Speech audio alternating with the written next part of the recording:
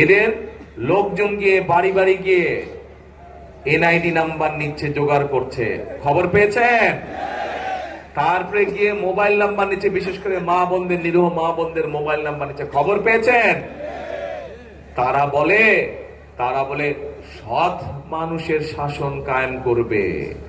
বিকাশ number নিচ্ছে, phone number নিচ্ছে, বিকাশ করে টাকা পাঠাচ্ছে, এই বলে তাদের পরিকল্পনা। অনেকে ধরাও পড়েছে, এগুলো পত্র পত্রিকায় খবর এসেছে, শুনেছেন এসব খবর? তাহলে নির্বাচনের আগে যারা মানুষকে এইভাবে অর্থ প্রদান করে, আগেই যারা অসৎ কাজ করে, তারা কেমন করে সৎ মানুষের শাসন কায়েম করবে? করতে পারে তারা? করতে পারে না। তারা যারা নির্বাচনের আগেই অসৎ কাজ করে, কোনোভাবেই তাদের পক্ষে সৎ কাজ করা সম্ভব নয়। তারা যদি ক্ষমতা যায়, পারবে? পারবে না। মন দিয়ে খুব কানটা খাড়া রাখতে হবে। এখন যেই কথাটা বলবো, একদম দুই কান, এক কান না, দুই কান খাড়া রাখতে হবে।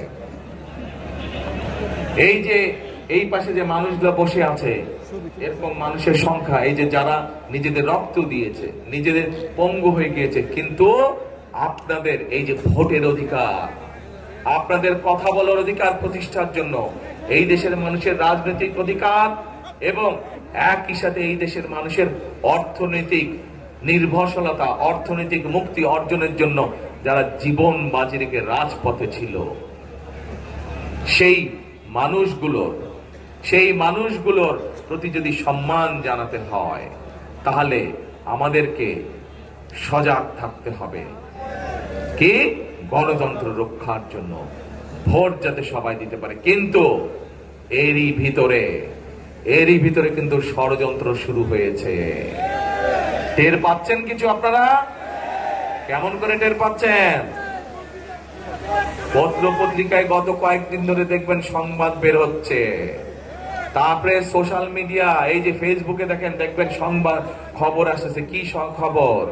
এই যে আমরা বিএনপি আমরা বহু বছর থেকে বলে আসছি যে প্রবাসে যারা আমাদের বন্ধু বান্ধব, আত্মীয় স্বজন, আমাদের দেশের মানুষ আছে, বাংলাদেশি মানুষ যারা আছে, তাদের ভোটের ব্যবস্থা করার জন্য বর্তমান অন্তর্বর্তীকালীন সরকার সেই ব্যবস্থা করেছে। কিন্তু আমরা পত্রিকার মাধ্যমে জানতে পারছি, আমরা সোশ্যাল মিডিয়ার মাধ্যমে, সামাজিক যোগাযোগ মাধ্যমে জানতে পারছি যে একটা রাজনৈতিক দল সবগুলো ব্যালট, যেগুলো পোস্টাল ব্যালট পাচ্ছে, সেগুলো দখলের চেষ্টা করছে। খবর পেয়েছেন আপনারা? সজাগ থাকতে হবে। এই যে যেভাবে আগে ভোট চুরি হয়েছে, ডাকাতি হয়েছে, এখন এরা ভোট ইঞ্জিনিয়ারিং করছে। আপনার ভোট, আপনার পরিচিত মানুষের ভোট কিন্তু দখলের চেষ্টা করছে। সজাগ কাদের থাকতে হবে? জনগণকে সজাগ থাকতে হবে।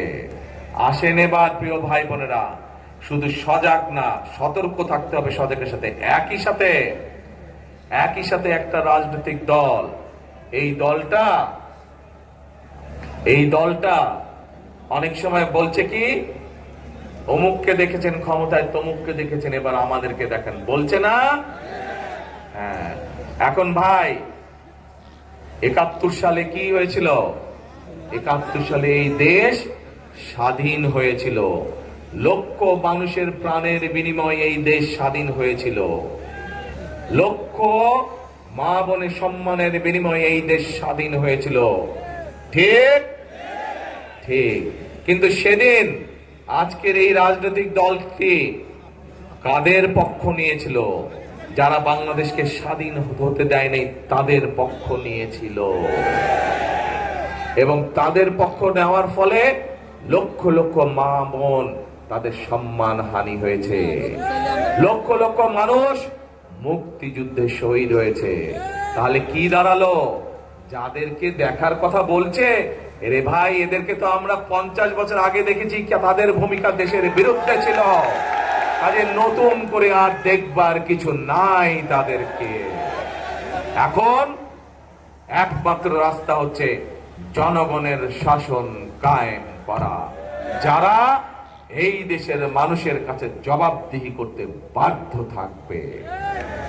প্রিয় ভাই বোনেরা, আবার ইলেকশন ইঞ্জিনিয়ারিং যে করছে, ষড়যন্ত্র করছে তার আরেকটি খবর দেই আপনাদেরকে। আপনারা জানেন খবর, এর মধ্যেই পেয়ে গেছেন।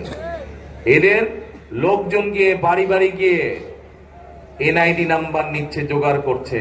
খবর পেয়েছেন? তারপরে গিয়ে মোবাইল নাম্বার নিচ্ছে, বিশেষ করে মা বোনদের, নিরীহ মা বোনদের মোবাইল নাম্বার নিচ্ছে। খবর পেয়েছেন? তারা বলে সৎ মানুষের শাসন কায়েম করবে। বিকাশ নাম্বার নিচ্ছে, ফোন নাম্বার নিচ্ছে, বিকাশ করে টাকা পাঠাচ্ছে, এই বলে তাদের পরিকল্পনা। অনেকে ধরাও পড়েছে, এগুলো পত্র পত্রিকায় খবরে এসেছে। শুনেছেন এসব খবর?